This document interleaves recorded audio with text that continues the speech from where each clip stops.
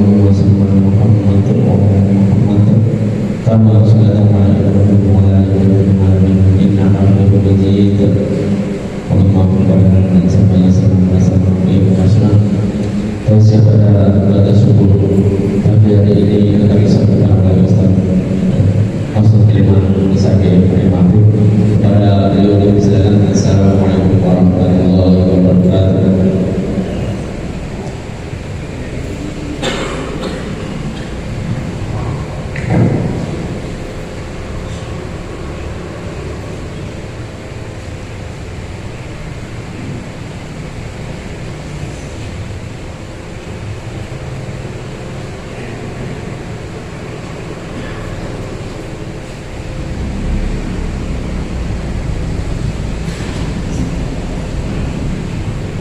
Assalamualaikum warahmatullahi wabarakatuh.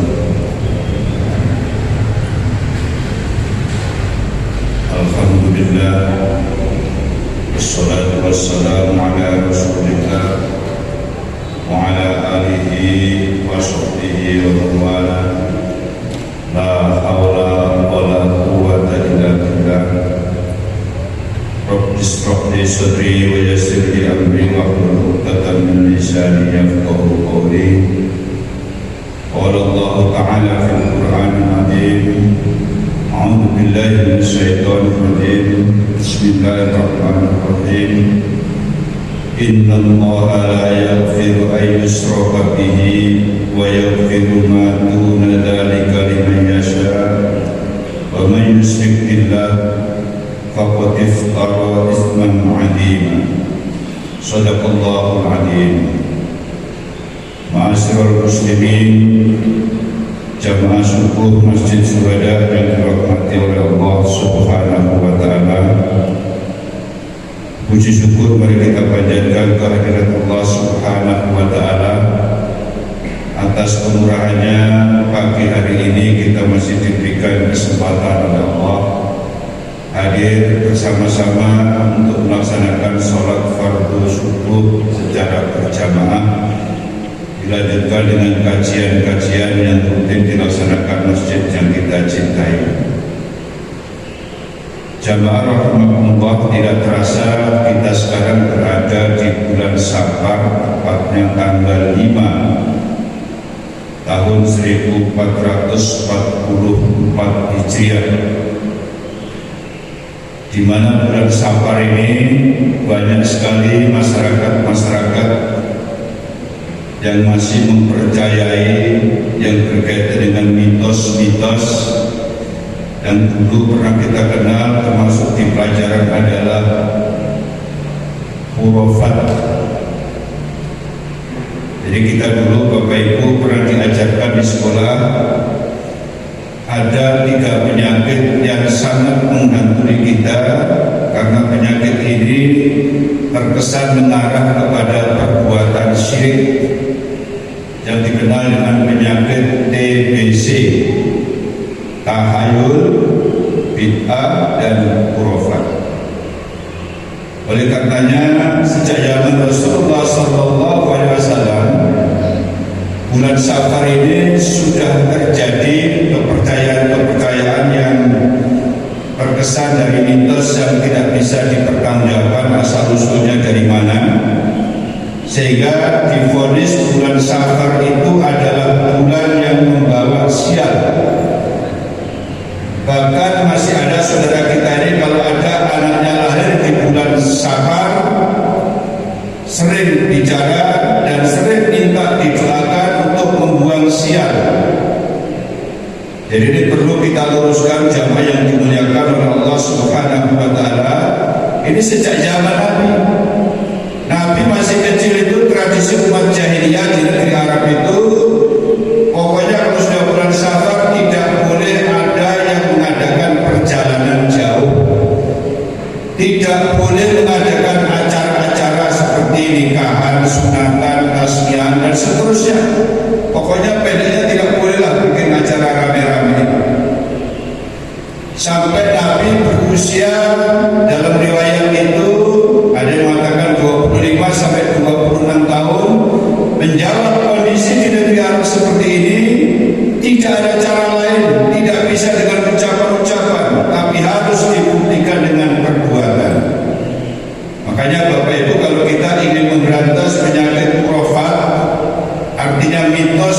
bulan Syawal ini harus dibuktikan dengan perbuatan. Bagaimana dicontohkan oleh Rasulullah Sallallahu Alaihi Wasallam tepat pada bulan Safar, Rasulullah Sallallahu Alaihi Wasallam melaksanakan pernikahan yang pertama dengan Siti Khadijah tepat pada bulan Safar. Ini yang perlu kita ketahui Bapak Ibu, ternyata Siti Khadijah itu bukan sembarangan orang, tapi keluarga bangsawan. Paman beliau namanya Pendeta Bakhira, itu salah seorang tokoh yang disegani di negeri Arab pada waktu itu. Jadi untuk membuktikan bahwa bulan Safar itu bulan baik, Rasulullah melaksanakan nikah dengan keponakannya Pendeta Bakhira bernama Siti Khadijah tepat pada bulan Safar. Dan alhamdulillah pernikahan itu juga tidak ada efek-efek yang lain, Bapak Ibu. Tidak terjadi masalah-masalah seperti yang dikhawatirkan, namanya juga mitos, Bapak Ibu. Mitos itu sesuatu cerita yang dibesar-besarkan dan seakan-akan menakut-nakuti dirinya sendiri. Akhirnya dalam pernikahan Rasulullah itu dikaruniai seorang anak putri yang namanya Siti Fatimah. Jadi kurang lebih pernikahan ini karena usia Siti Fatimah itu kurang lebih 9 sampai 10 tahun, juga dinikahkan oleh Rasulullah dengan Sayyidina Ali tepat pada bulan Safar. Jadi Bapak Ibu, kalau ada yang takut menikahkan anaknya bulan Safar, orang Nabi kita saja, Sayyidina Ali saja dengan Siti Fatimah itu nikahnya pada bulan Safar. Dan dari pernikahan Siti Fatimah dengan Sayyidina Ali ini, dalam beberapa riwayat, maka keturunan Rasulullah SAW yang banyak berhampir di muka bumi ini, yang dikenal dengan kelompok Habaib itu berasal dari keturunan Siti Fatimah yang paling banyak dalam beberapa riwayat. Kemudian Rasulullah SAW juga membuktikan,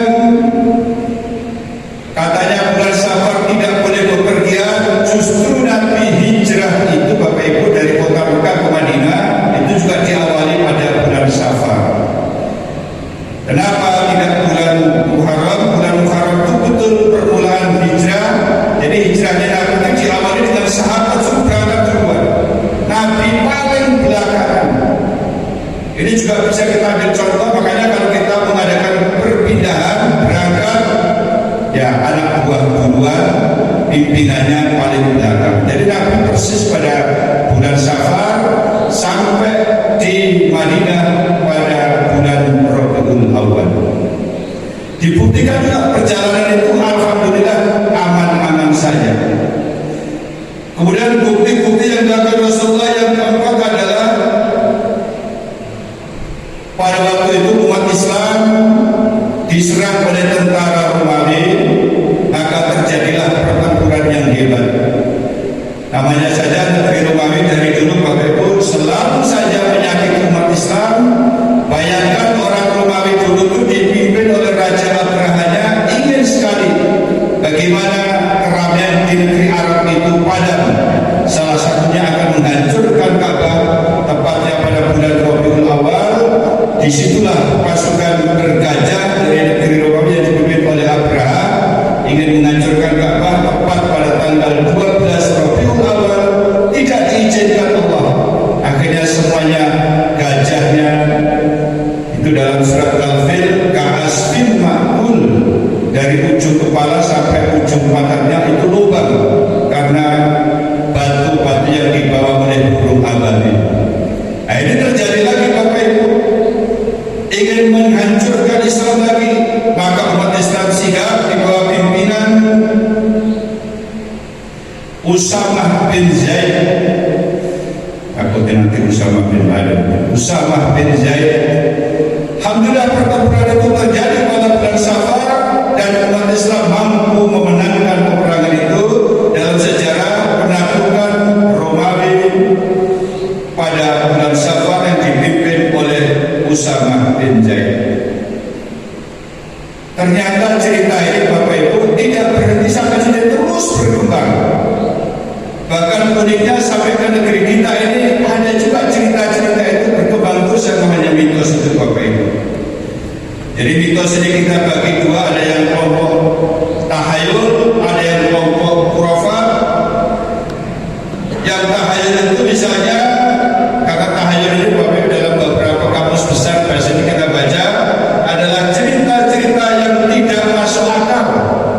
betul-betul tidak masuk akal Bapak Ibu.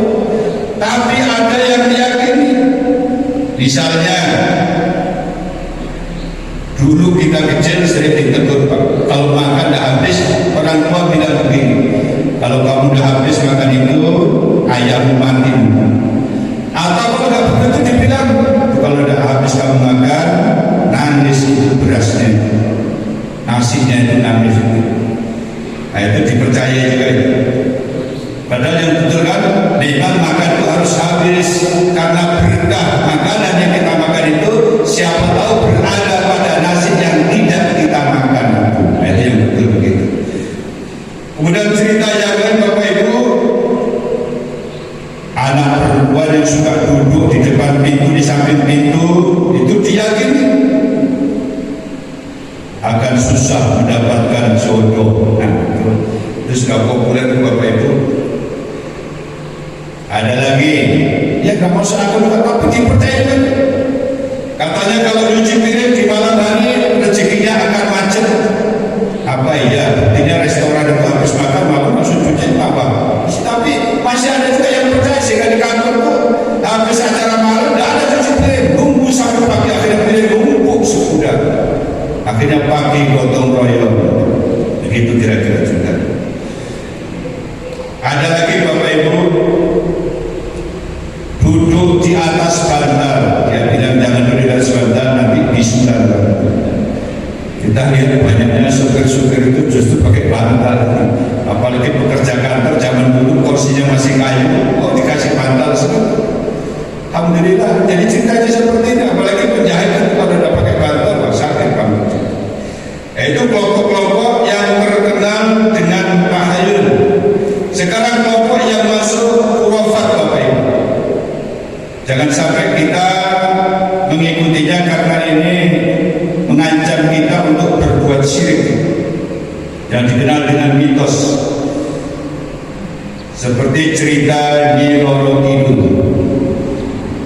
Nyi Roro Kidul itu ceritanya ada di daerah Jogja sana, tapi sampai di sini juga ikut-ikutan meyakini ada penguasa dewa laut sehingga harus mengadakan persembahan laut. Kalau di pasir itu dulu pernah ada namanya larung laut. Alhamdulillah dihentikan dengan teman-teman, caranya ternyata mudah, anggarannya tidak diadakan, tidak jadi. Itu yang terjadi, masih ada orang punya keyakinan Nyi Roro Kidul itu dahsyatnya kalau tidak diadakan acara begini-begini akan terjadi. Ada lagi Bapak Ibu, ini tidak bermaksud molok-molok Bapak Ibu ya. Itu kan ada kalau istri kita melahirkan ada ari-arian ditanam, itu sudah ditanam. Yang jadi masalah kenapa dikasih lampu, dan kenapa cuma dikasih lampu cuma seminggu kok nggak setahun gitu. Apa alasannya? Supaya anak kita cerdas, pintar dan seterusnya dan seterusnya. Kita baca sejarah Bapak Ibu, Thomas Edison itu yang menemukan yang kita nikmati listrik sekarang ini, tidak pernah hari-harinya itu dikasih lampu dulu Bapak Ibu, ditanam biasa saja. Mudah-mudahan Bapak Ibu tidak lakukan lagi kan. Kemudian ada namanya mandi bulan Safar Bapak Ibu, masih ada di Indonesia itu di daerah pegunungan. Kalau masuk bulan Safar kemarin itu rame-rame ke kolam, ke sungai mandi Safar. Alasannya apa? Supaya bebas dari bala. Yang namanya bala itu Bapak Ibu sudah diatur oleh Allah Subhanahu wa Ta'ala. Tidak mungkin ada orang bebas dari bala, pasti tetap ada. Cuman kita berharap dengan doa, karena doa itulah senjatanya orang-orang yang beriman. Ad-du'a'u silahul mu'minin. Doa itu adalah senjatanya orang yang beriman. Jadi kita cukup berdoa saja Bapak Ibu, kalau minta dijauhkan dari bala, tidak usah ada mandi-mandi di bulan Safar. Kemudian ada lagi Bapak Ibu, ini khususnya yang kulitnya banyak penyakit, ini godaan ini besar sekali. Ada namanya kain kiswah. Itu cerita sudah lama Bapak Ibu. Kain kiswah itu kain pembungkusnya Ka'bah. itu digunting sedikit dijual 50 rial. Apa bahasanya? Kalau pian mungkar ini macam-macam bukunya itu Bapak Ibu. Salah satunya adalah kalau jualan laris apa ya, silakan dibuktikan aja Bapak Ibu. Kita berapa kali ke sana ketemu terus itu penjual kiswah itu. Saya tanya sama orang-orang yang biasa di negara itu, ternyata kiswah itu kalau sudah tanggal 9 Dzulhijjah itu diangkat ke atas, diangkat oleh kerajaan. Tidak ada orang yang bisa mendekati. Kok dia bisa gunting-gunting kain itu dari mana? Berarti itu khayalan-khayalan yang dibuat aja. Termasuk lagi Bapak Ibu,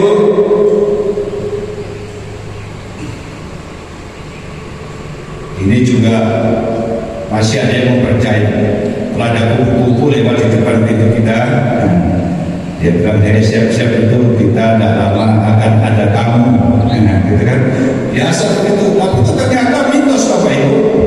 Kadang bukan hanya kupu-kupu, burung juga masuk. Sekarang malah burung dibakar rumah.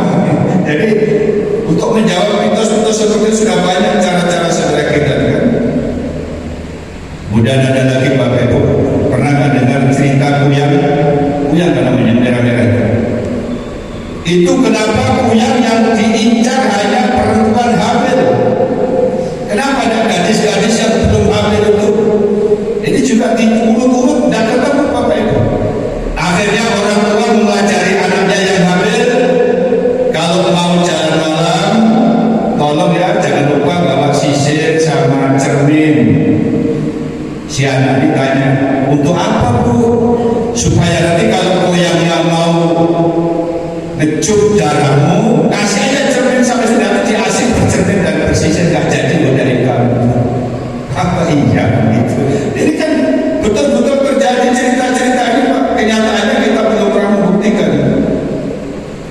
Kemudian yang terakhir barangkali Bapak Ibu, ini ada kisah dan ini ada di dalam Al-Quran Bapak Ibu. Cuma diplesetkan dari zaman orang-orang Yahudi sampai sekarang. Kalau ada burung gagak, mohon maaf Bapak Ibu, dalam beberapa cerita burung gagak itu burung yang paling serem. Itu kalau ada burung di atas rumah bunyi, orang bilang udah lama ada orang mati. Enak betul gitu. Padahal burung gagak ini bukan mengabarkan kematian. Di dalam ayat Al-Quran itu dijelaskan oleh Allah, misalnya surat Al-Maidah ayat yang ke-31 itu khusus menjelaskan burung gagak ini Bapak Ibu. Ini hebatnya kalau orang ngaji dipleset-plesetkan ya begini. Padahal yang sebenarnya kata Allah dalam Al-Maidah 31 itu Allah mengatakan begini kan, faba'atsallahu ghuraban yabhasu fil ardi liyuriyahu kaifa yuwari sawati akhi. Jadi dalam riwayatnya begini Bapak Ibu, dulu Nabiullah Adam itu punya putra namanya Qabil dan Habil. Nah Qabil dan Habil ini dalam riwayat singkat disuruh berkorban kepada Allah, tapi korbannya Qabil itu tidak diterima oleh Allah. Akhirnya Qabil marah karena korbannya Habil diterima oleh Allah, kisah singkat akhirnya Habil ini dibunuh oleh Qabil. Jadi pengorbanan pertama Bapak Ibu, ada pembantaian manusia pertama ya sejak ceritanya Qabil dan Habil ini. Akhirnya Habil ini sudah meninggal, Qabil ini membawa jenazahnya Habil ini ditandu Bapak Ibu. Kan belum ada orang, baru Nabi Adam, Ibu Hawa, Qabil dan Habil sendirian dia.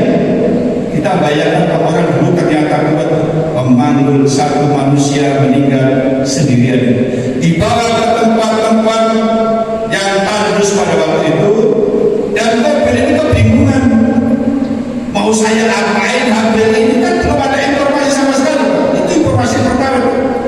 Akhirnya Allah menurunkan ayat ini, Allah mengutus burung gagak. Kemudian Allah memerintahkan burung gagak itu di tanah dengan paruhnya yang kuat itu menggali-gali ini. Jadi gali-gali bikin lubang sampai dalam. Barulah di situ Qabil melihat perlakuan burung gagak ini.